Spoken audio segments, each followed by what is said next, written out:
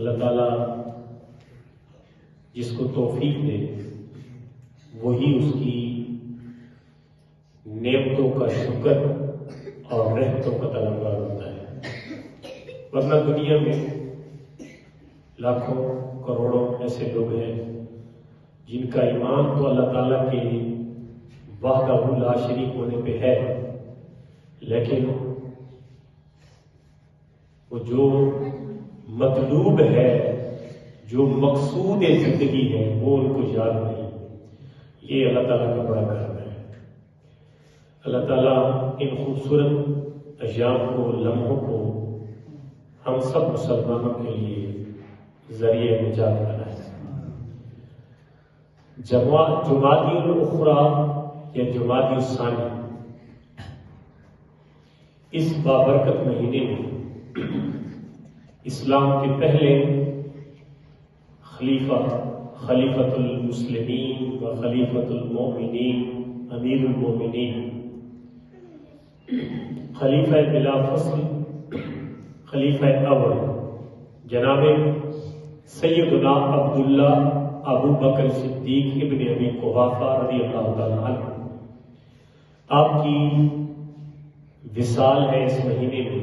اس نسبت سے میں آپ کے سامنے ویسے تو ان کی فضیلت میں جو قرآن کی آیات آئی ہیں یا ان کی فضیلت میں ان کے یار ہمارے نبی صلی اللہ علیہ وسلم جو اپنے یار کی فضیلتیں بیان کی ہیں وہ کوئی تھوڑے سے وقت میں ہم بیان نہیں کر سکتے۔ میری ایک عادت ہے کہ میں جب بھی مجھے مطالعہ کے دوران کچھ نیا ملتا ہے، مواد ملتا ہے، نئی بات ملتی ہے، نیا نقطہ ملتا ہے، تو میں اس کو اپنی ڈائری میں نوٹ کر لیتا ہوں۔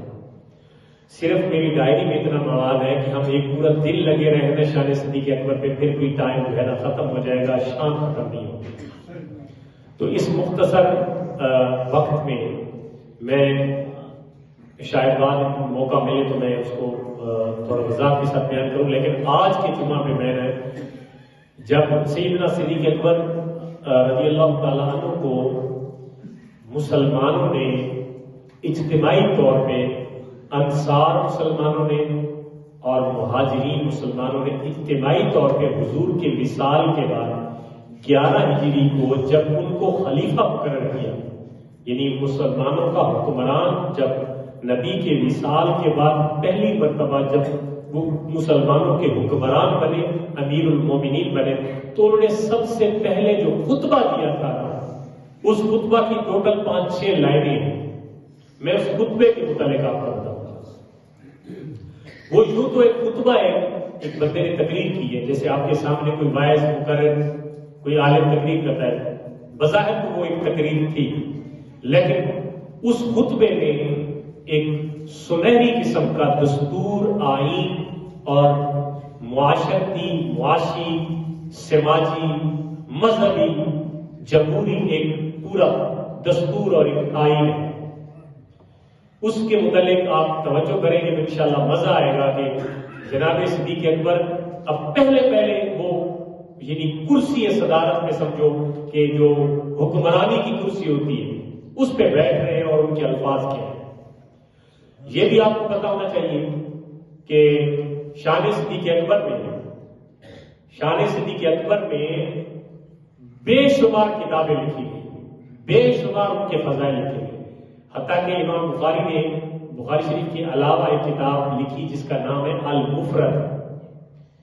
کچھ لوگ ایسے کہ جو کہتے ہیں کہ بخاری کی بات کرو تو بخاری نے ایک اور کتاب بھی لکھی تھی جس کا نام المفرد ہے، انہیں یہ بھی کہو کہ المفرد کی باتیں بھی تو لوگوں کو بتائیے، وہ بھی تو اسی مصنف نے لکھی ہے، اور اس میں بھی انہوں نے فقہی اصول بھی جمع کیے اور ساتھ ساتھ حدیثیں بھی جمع کی۔ اس میں انہوں نے امام بخاری نے ایک حدیث صفحہ نمبر 75 پہ لکھے ہیں، یار یہ بکریاں وہ ہے اندر، ان کو نکال دے پتہ جا کے۔ تو امام بخاری رحمۃ اللہ علیہ نے اس حدیث کو، یہ میں حضرت ابوبکر صدیق کی فضیلت کی صرف ایک حدیث بیان کر رہا ہوں آپ کے سامنے، تو انہوں نے ایک حدیث لائی ہے حضرت ابو ہریرہ سے روایت کی ہے، عن ابی ہریرہ رضی اللہ تعالی قال قال رسول اللہ صلی اللہ علیہ وسلم من اصبح منکم اليوم صائما قال ابو بکر انا قال من عاد منکم اليوم مریضا قال ابو بکر انا قال من شهد منکم اليوم جنازۃ قال ابو بکر انا قال من اطعم اليوم مسکینا قال ابو بکر نعم قال مروا ان بلغني ان النبي صلی اللہ علیہ وسلم قال ما اجتمع هذه الخصال في رجل في يوم الا دخل الجنہ.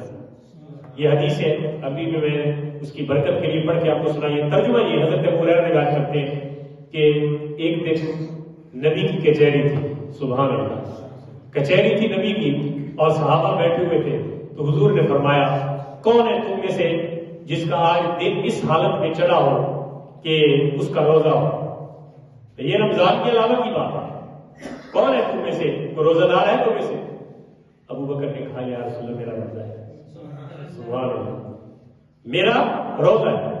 تو قال من عاد منکم اليوم مریضا، میری سامنے والوں میں سے یعنی میری جلسہ گاہ میں بیٹھے والوں سے ہے کوئی بندہ ایسا جو آج آیا ہو لیکن کسی مریض کا پوچھ نہ کر کے عیادت کر کے آیا ہو، کسی مریض کو پوچھ کے آیا ہو، عیادت مریض کی ہو؟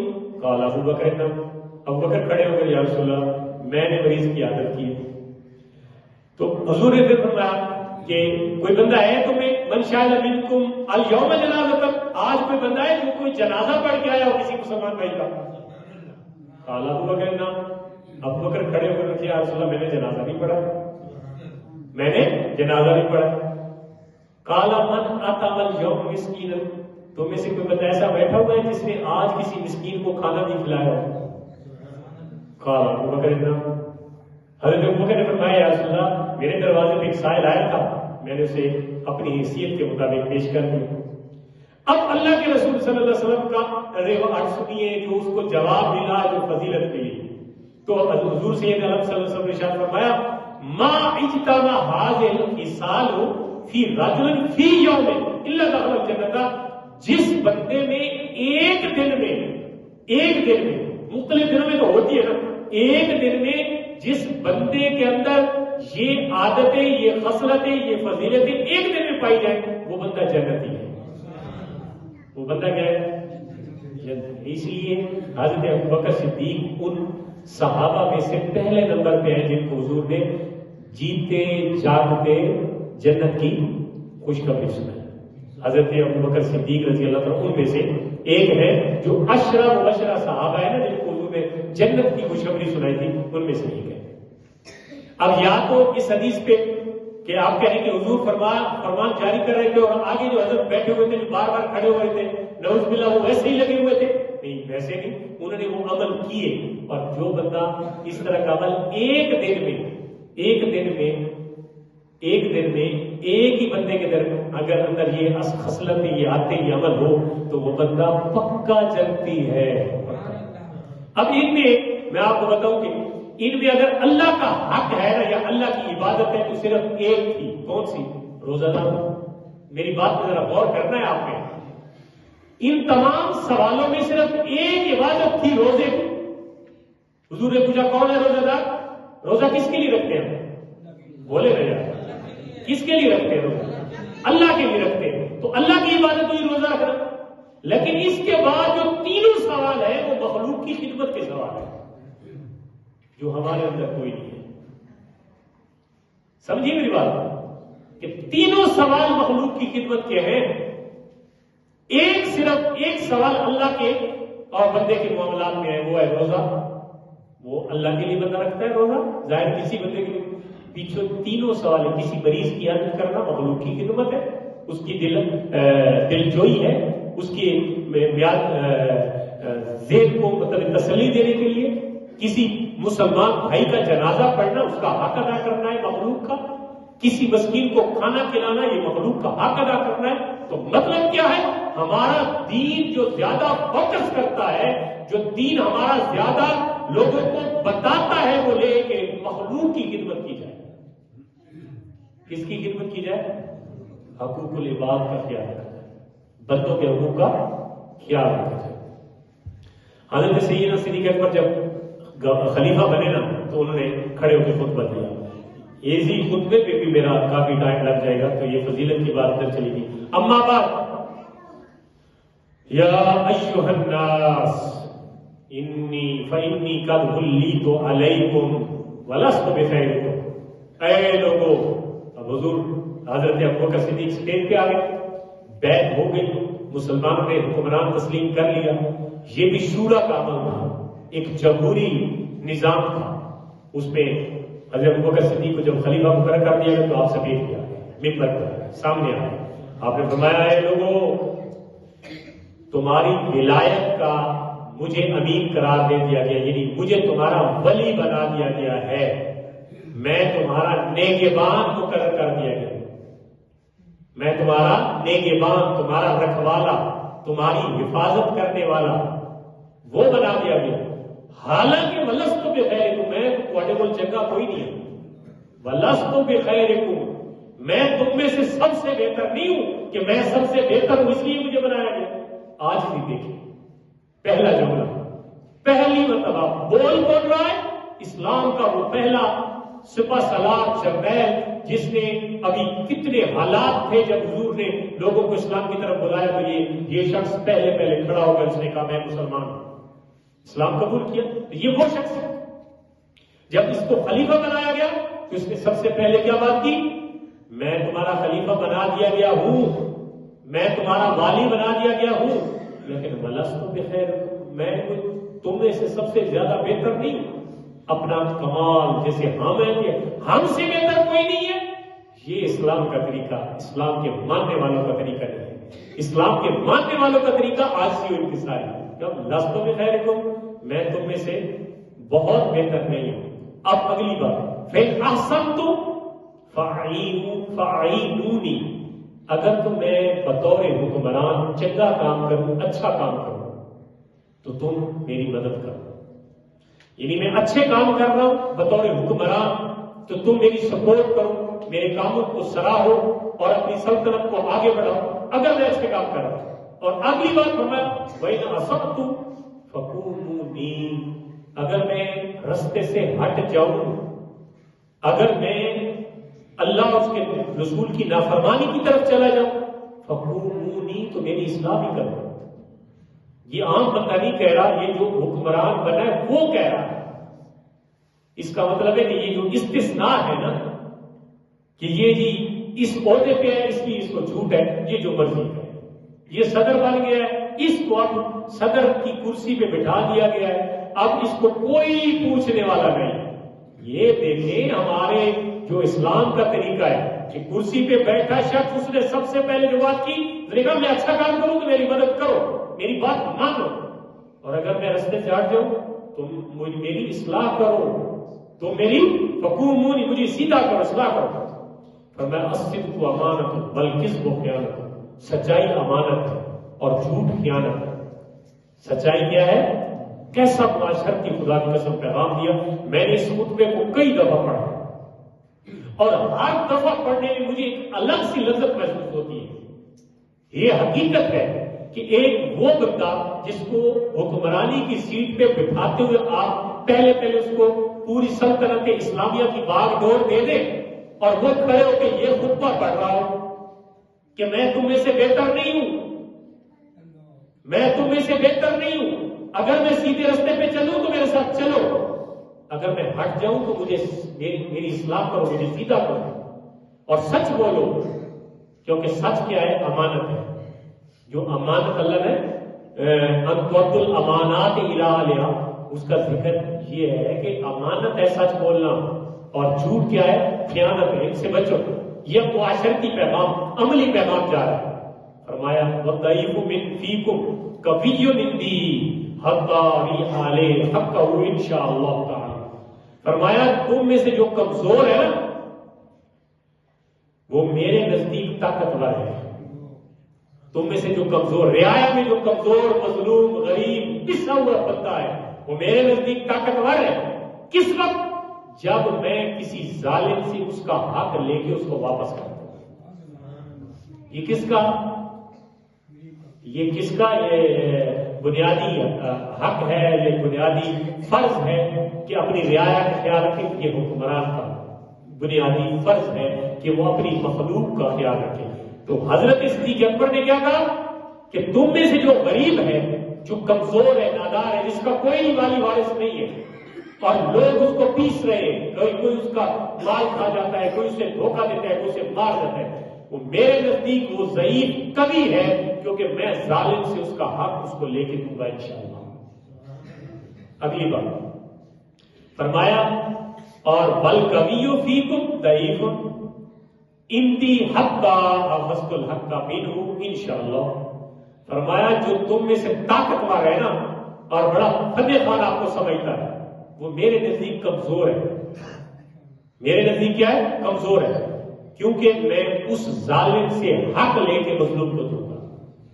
کیسا بنیادی پوائنٹ دیا، بنیادی نقطہ دیا کہ حکمران کا کام کیا ہے، حاکم کا کام کیا ہے، جو سیٹ پہ آ جائے کہ مظلوم کی مدد کرے اور ظالم کی مدد نہ کرے، ظالم سے مظلوم کو حق دلوائے۔ یہ اسلامی سلطنت کے سربراہ کا بنیادی پرائم اور پہلا کام ہے، جیسے کہ سیدنا صدیق اکبر نے فرمایا۔ ہمارے یہاں آپ خود اندازہ لگا لیں، میں تطبیق اس لیے نہیں کرتا کہ ٹائم نہیں ہے، نہیں تو تطبیق بھی کرتا۔ ہمارے ہاں جو سلسلہ حکمرانی ہے، بادشاہت ہے، جو بھی ہے وہ بھی آپ دیکھ لیں، اور حضور سید عالم صلی اللہ علیہ وسلم کے وصال کے بعد آپ کے جان نثار صحابہ کا جو پہلا امام ہے حضرت ابوبکر صدیق، اس کا طریقہ بھی دیکھ لیں کہ فرماتے ہیں کمزور معاشرے کا کمزور بندہ میرے نزدیک طاقتور ہے، کیونکہ میں اس کو اس کا حق دلواؤں گا، اور معاشرے کا جو طاقتور بدماش اور فتح خان بندہ ہے وہ میرے نزدیک کمزور ہے، کیونکہ میں ظالم کی مدد نہیں کروں گا، اسے اس کا یتیم کا حق لے کے اس کو دوں گا۔ اور فرمایا لا یدع قوم الجہاد فی سبیل اللہ الا ضربهم اللہ بالذل۔ اب یہ پیغام کون کہہ رہا ہے؟ یہ حضرت سیدنا صدیق اکبر اپنے پہلے خطبہ میں دے رہے ہیں۔ فرمایا کہ قوم اس وقت تک ذلیل نہیں ہوتی جب تک وہ جہاد کرتی رہتی ہے، جب تک وہ کیا جہاد کرتی رہی، یعنی اپنے سننے والوں کو مخالفوں سے، کافروں سے لڑائی کے لیے آمادہ کر رہا ہے۔ پہلا شخص وہ جو ابھی عمارت پہ بیٹھا ہے، ابھی حکمرانی پہ بیٹھا ہے، وہ کہتا ہے کہ لا یدع قوم الجہاد فی سبیل اللہ۔ جب سے قوم میں کوئی جہاد کو چھوڑ دیتی ہے نا، باتیں نہ کرتی ہے، نہ سنتی ہے، نہ پڑھتی ہے، نہ ادھر جاتی ہے، فرمایا پھر کیا ہوتا ہے؟ ضرب اللہ بالذل، پھر اس کی مقدر میں ذلت ہے، ذلت، وہ گہرائی، ذلت کی گہرائی ہوگی، اس کی ہر جگہ پہ بےزتی ہونی ہے۔ جو جہاد کو نہیں مانتی، جو جہاد نہیں کرتی، جو جہاد کو فوقیت نہیں دیتی، جو جہاد کے متعلق گفتگو سنتی نہیں۔ جہاد کے متعلق گفتگو کرنا بھی ممنوع ہے آج کے دور میں، اور سننے والا تو ویسے سنتا ہی نہیں ہے کہ یہ کون سی بات ہے۔ الحمدللہ ہماری تقریروں میں جہاد کی بات ہوتی ہے اور کرتے ہیں، اور جہاد جب تک یہ جہاد رہے گا تو مسلمان عروج پہ رہیں گے۔ اب بھی اگر ہر اسلامی ملک جذبہ جہاد سے سرشار ہو جائے اور کافروں، یہودیوں اور عیسائیوں کے سامنے بھیک نہ مانگے، گھٹنے نہ ٹیکے، خدا کی عزت کی قسم جہاد کا جذبہ، ایمان کا جذبہ سجا کے باہر نکل پڑے تو کوئی سپر پاور سامنے نہیں کھڑی ہو سکتی۔ یہ مسلمان کی طاقت ہے، ایمان کی اور جہاد کی۔ اور اگلی بات فرمایا ولا تشیع الفاحشۃ فی قوم الا امہم اللہ بالبلاء۔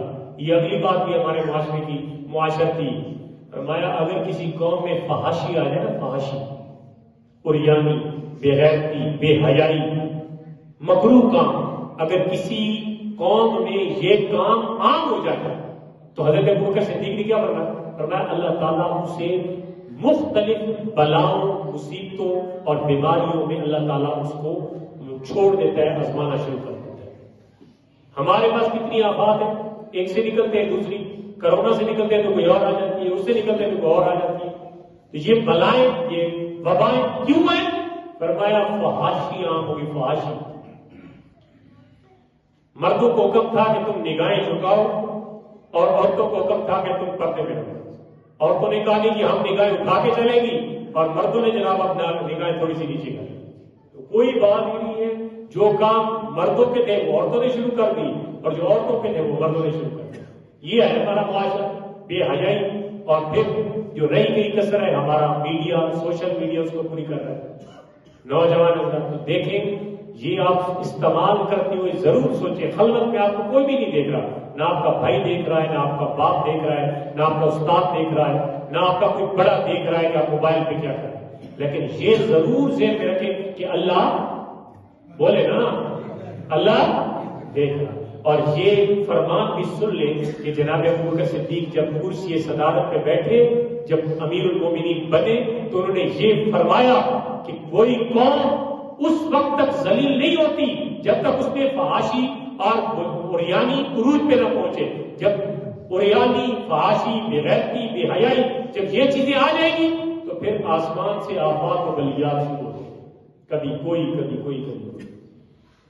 علامہ اقبال نے اسی پہ روتے ہوئے کہا تھا کہ تمہاری تہذیب اپنے خنجر سے آپ ہی خودکشی کرے گی، تمہاری تہذیب اپنے خنجر سے آپ ہی خودکشی کرے گی۔